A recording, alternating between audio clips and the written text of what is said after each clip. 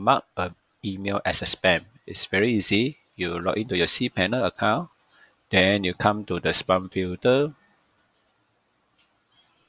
then you look for the additional configuration, then go to the blacklist. If you want to whitelist means that the email you want to mark as not spam. Every email can be sometimes some email is already a spam, you cannot receive. So what you do is this: you whitelist, then they can send email to you. So the blacklist part is that you're not allowed to the email to send to you. Here got 13, so you can add another one. For example, here you can add this one.